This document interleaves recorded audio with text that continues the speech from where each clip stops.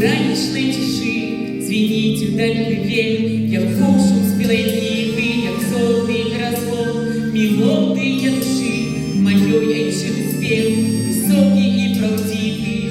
Ти бабулина казка, ти матулина ласка, ти таємче краска, ти волю замова, хліб на чистому крусі, там, где Богу молюся, ты душа Беларуси, белорусская мова. Вспомним, кто мы есть, что мы господари у едности людской, а не у затятой злобе. Давайте говорить, народной на своей, на белорусской мове. Ты бабулина казка, ты матулина ласка, ты таючая краска, ты волю замова.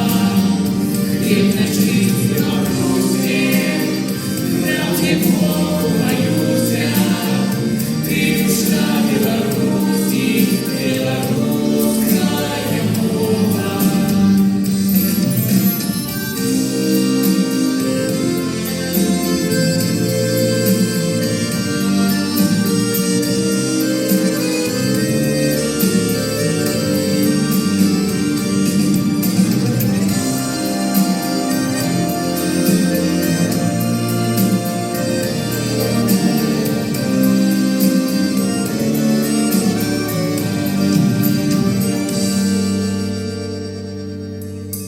Любую Беларусь мы здолеем согреть.